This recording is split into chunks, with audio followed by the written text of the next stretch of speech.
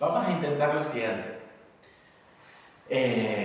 Para futuros encuentros y para no tener que andar borrando y escribiendo despacio, para articular y dinamizar los conceptos que vamos a estar trabajando en clase, les grabo este video que tal vez sea uno de varios con el objetivo y la pretensión no de ser la Biblia del análisis matemático, sino simplemente una síntesis de algunas cositas importantes a saber.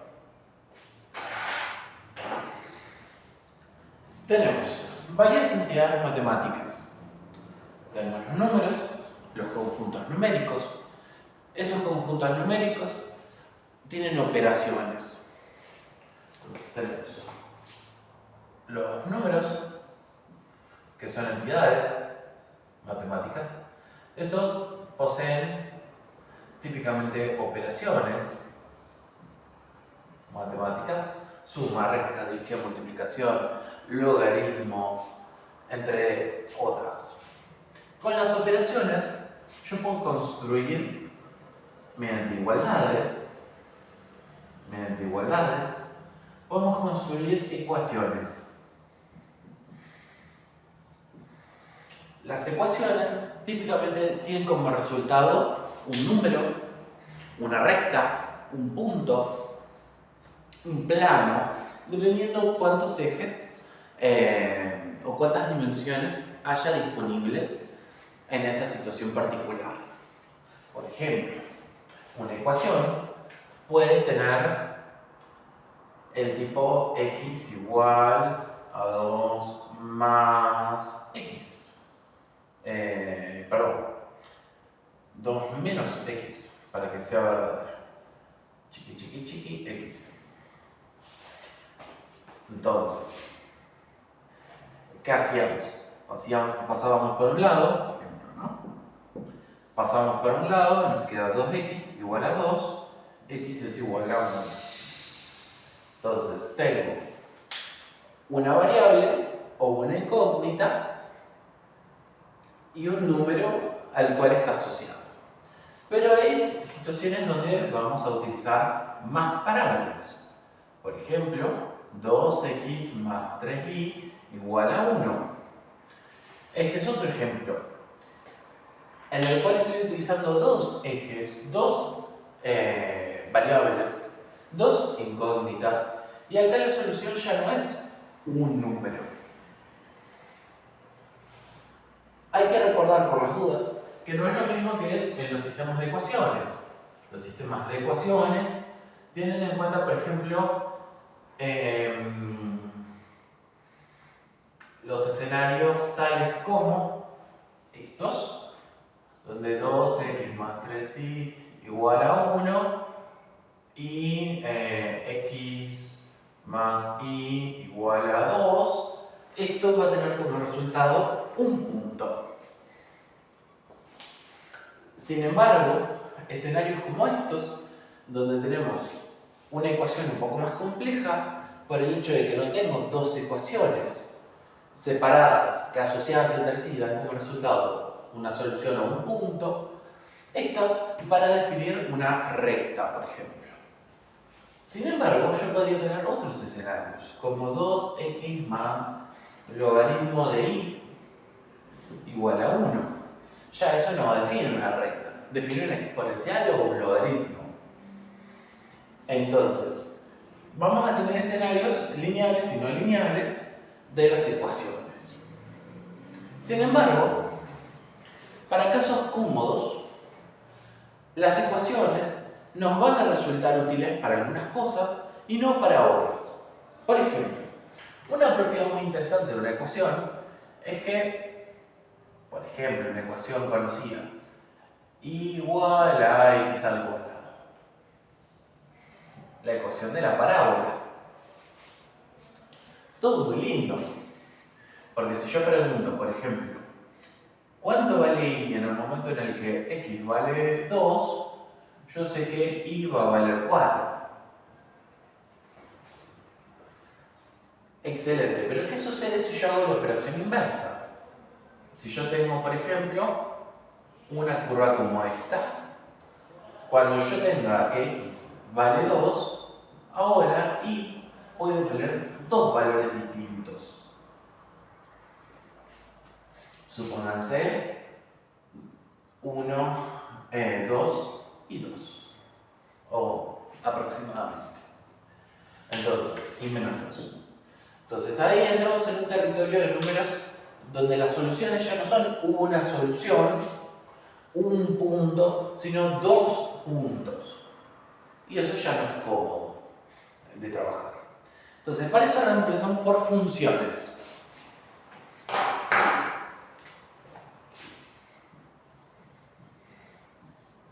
Las funciones son un conjunto parecido a las ecuaciones, son entidades matemáticas parecidas a las ecuaciones, en el sentido de que están definidas por el operador igual. Sin embargo, tienen una característica, que es que típicamente son inyectivas. Inyectivas quiere decir que, por ejemplo, para un valor en x se corresponde con un valor en y. Solo uno. Hay operaciones o funciones un poco más complejas, como por ejemplo la parábola. La parábola no es necesariamente inyectiva, mientras que por ejemplo la función cúbica sí lo es.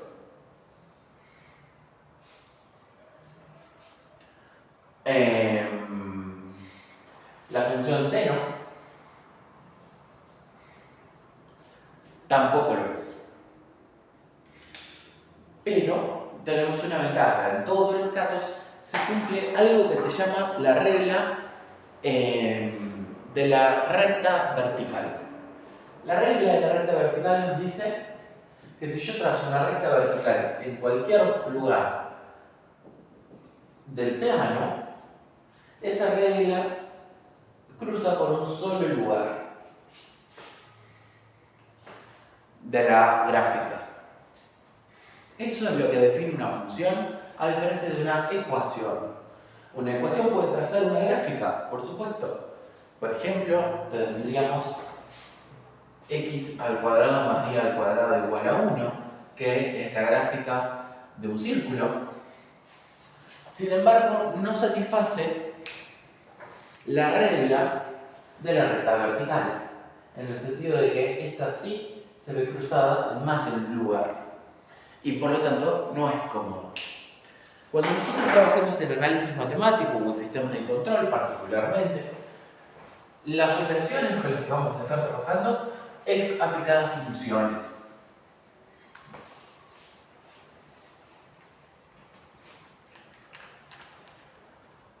En el sentido de que se cumple esta regla. A continuación, ¿qué es importante saber? Tenemos un montón de funciones. Podemos tener la función lineal, igual a mx más b. La función cuadrática, igual a ax al cuadrado más bx más c. O que sería lo mismo a x menos x sub 0, x menos x sub 1. Otra de sus tantas representaciones de la función parabólica o de la cuadrática. Tengan en cuenta esto. Acá estamos trabajando por monomios. Fíjense, mx más b sobre m. Acá hay un monomio. Acá hay dos monomios. Lo que define el funcionamiento ahora de los conocidos como funciones polinómicas. ¿Qué son las funciones polinómicas? Todas las que están funcionando como de la siguiente manera. X sub 0, x sub 1, x menos x sub 2, Si tiene 3 monomios, es una cúbica. Si tiene 4 monomios, es una cuártica. Si tiene 5 monomios, etcétera, etcétera, etcétera. Un monomio es una lineal. Dos monomios multiplicados entre sí, una cuadrática. Hay un montón de cuestiones alrededor de estas funciones. Pero no son las únicas con las que vamos a trabajar. Podríamos tener funciones no lineales del tipo logarítmico o exponencial, igual a e a la x, o basadas en potencias, igual a x a la n.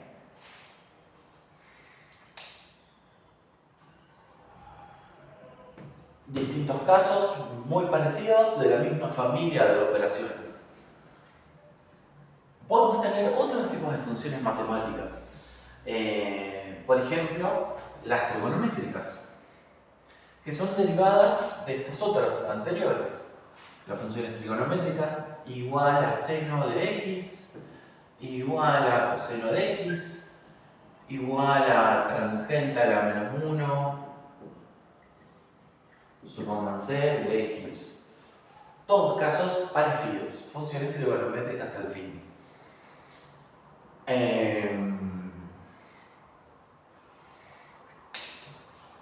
Lo interesante de estas funciones es que podemos aplicarle procedimientos muy interesantes,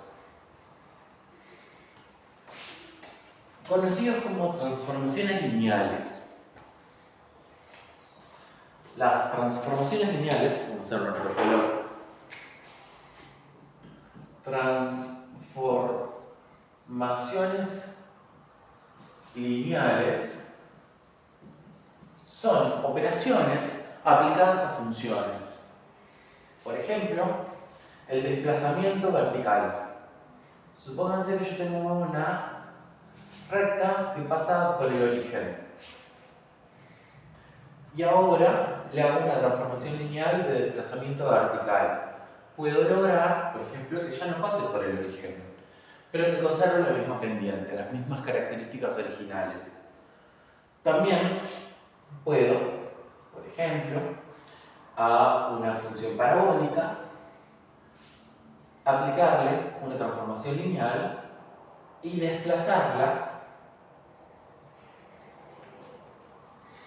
horizontalmente. Ay, que un poco desfasada verticalmente.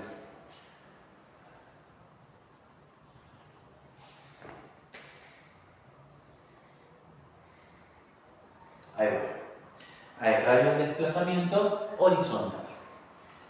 También podríamos hacer, por ejemplo, un espejado de una función. Por ejemplo, una función seno se puede despejar respecto del eje x de la siguiente manera. En este caso lo que se hizo fue a f de x, f de x, f de x, ¿no? F de x de la forma de notariar una función. En este caso es f de x más una constante. Este es f de x menos una constante. Y este es menos f de x.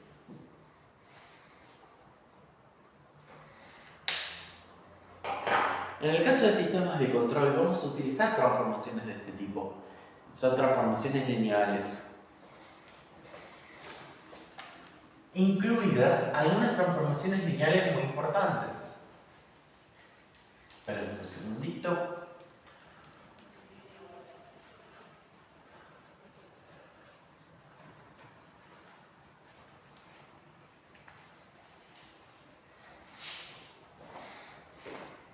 Algunas transformaciones lineales muy importantes son, por ejemplo, la derivada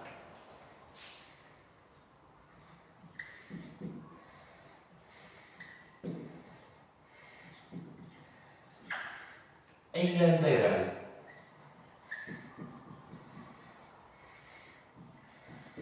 Fíjense lo siguiente. Acá f de t es el operando de la operación. F de t es el operando de la operación en ambos casos. ¿Cómo se calculan? Lo primero que conviene pensar es lo siguiente. Agarro una tabla que nos dice una operación se convierte en la otra. Por ejemplo, la operación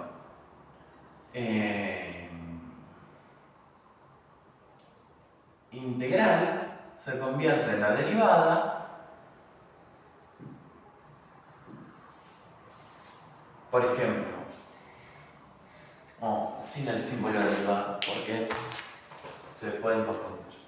Una tabla de integrales, por ejemplo, nos va a decir que la integral de una función, como por ejemplo 1 sobre x, es lo mismo que el logaritmo natural de x. Que x es igual a x al cuadrado sobre 2. Que coseno de x es igual a seno de x. Y por lo tanto, lo contrario también es verdadero. Por ejemplo, si yo quiero sacar la derivada de seno de t, es igual a el coseno de t. ¿Sí? La operación inversa. Si yo quiero sacar la derivada de x al cuadrado, fíjense, acá yo tengo que tener un medio. Cuando no lo tengo que compensarlo. Eso es conocido como la regla de la cadena. Fíjense, x al cuadrado se convierte en x, y como esto era con un medio y acá no hay un medio, sino que está el entero, se le pone un 2 adelante. O el número n que estuviera en la potencia. Lo mismo, la derivada del logaritmo natural es igual a 1 sobre x. Esos son los principios básicos. Pero, ¿cómo funciona todo esto? ¿De dónde sale esta matemática? Porque más allá de que podemos pensar que es una matemática respecto de transformaciones lineales, ¿de dónde surge todos estos principios matemáticos? El cálculo arranca con las transformaciones lineales, pero rápidamente se mete en una temática, la matemática de los límites. Los límites son un super zoom. Supónganse que yo tengo una curva, donde esa curva se ve como una recta. ¿Sí? La analogía típica es, si yo estoy sobre un planeta de un radio extremadamente grande, en la superficie en la que yo estoy parado, en la curva sobre la que estoy parado, como soy un punto tan pero tan pequeño de ese radio total gigante, tan vasto, la superficie o la curva sobre la cual yo me encuentro parece plana. ¿Es plana? No, no lo es, pero tiende a serlo cuando yo estoy sobre un punto extremadamente pequeño.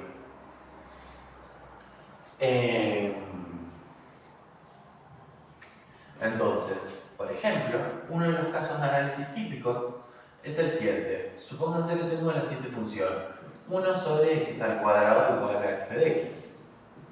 El límite de x tendiendo a 0, ya sea por acá o por acá, cuando x se vuelve extremadamente pequeño, 1 sobre x al cuadrado es igual a infinito. Por otro lado, como habrán notado en las clases, a esto se lo conoce como asíntota vertical. Pero también tenemos una asíntota horizontal.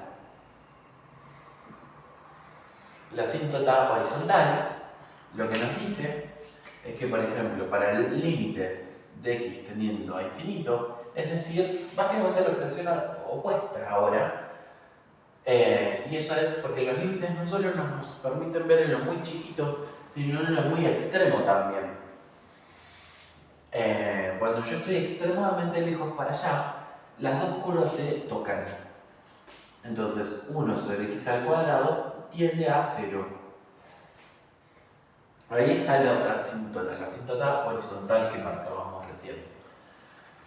Esta propiedad nos permite, por ejemplo, definir la siguiente característica. Supongamos que yo tengo una curva. Esa curva, no importa qué forma tiene, porque nos vamos a fijar en una región extremadamente chiquita, donde parezca que hay una recta.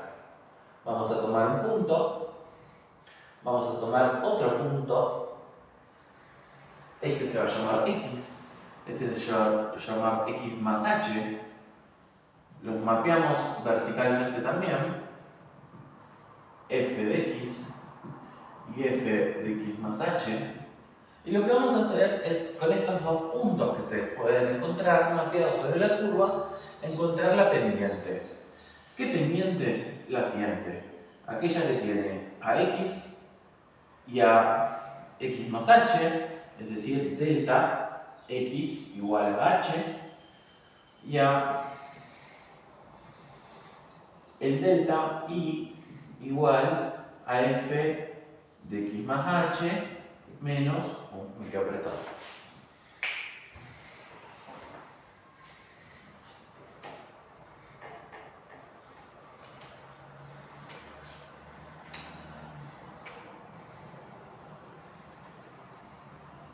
Delta I igual a F de X más H menos F de X. ¿Qué es lo que hacemos? Buscamos que H sea extremadamente pequeña, ya que M, la linealización de la curva en este intervalo, se calcula como el límite M de H tendiendo a 0 de 1 sobre H F de X más H menos F de X. Esto es lo que se conoce como la definición de la derivada de un punto.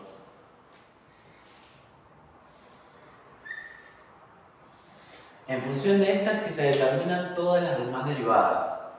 ¿Sí? Las reglas de las derivadas están determinadas por esto. Una vez que yo conozco todas las derivadas, puedo antiderivar por tabla.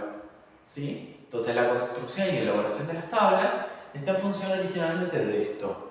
Con una tabla de derivadas, yo perfectamente puedo conocer después la tabla de las integrales. Y si tengo dudas respecto ¿y de dónde surge esta derivada? Bueno, esa derivada particular está hecha a partir de las reglas de límites para esa función en particular. Veamos un ejemplo. Si M es precisamente esa pendiente de la linealización en una curva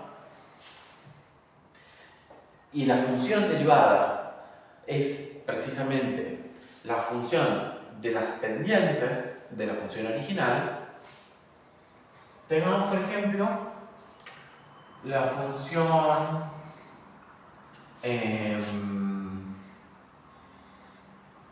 sigmoidea. Un ejemplo raro, ya lo sé. Pero f de x es la función sigmoidea. ¿Y qué es lo que vamos a hacer con la función sigmoidea? Vamos a calcular la pendiente en distintos puntos clave. Por ejemplo, acá, acá y acá. Y veamos, esta pendiente es 0 porque es chata. Esta otra pendiente también es 0 porque es chata. Pero esta otra pendiente no lo es. Apunta hacia arriba. Por lo tanto puede ser 1, por ejemplo. Por lo tanto, la función derivada, que se escribe como df de x en este caso, porque estoy representando una función que originalmente era respecto de x, es decir, que el eje horizontal sea x, es una función que inicialmente arranca en 0, finaliza en 0, en un momento estuvo en 1, y bueno, el resto es la curva suave entre esos puntos. La función, o conocida como campana de Gauss. ¿Sí? La función esta se convierte en esta otra. Lo mismo podemos hacer con otras derivadas más interesantes. Pero continuamos con esta, por ejemplo. Al comienzo es 0 la derivada, luego es 1, luego es 0, luego es menos 1 y luego retorna a 0. ¿Sí? Dijimos 0, 1, 0, menos 1 y 0. ¿Cómo sabemos este menos 1? Y porque la inclinación de la pendiente de la linealización es así. Y para esos casos las pendientes en las rectas lineales es negativa. Entonces, se hago la derivada segunda, ¿sí?, de 2f de x2. Esa es la que estamos por graficar ahora. Arranca en 0, sube a 1, llega a 0, pasa a negativo y retorna a 0. Entonces la función sigmoidea se convierte en la campana de Gauss y después, bueno, en esta otra cosa. Un integral hace el camino al revés. Entonces lo que tenemos que hacer es precisamente conocer las derivadas a partir del concepto de límite de estas pendientes que vamos a ir sumando y conformando una función para construir hacia abajo y poder hacer el procedimiento inverso después.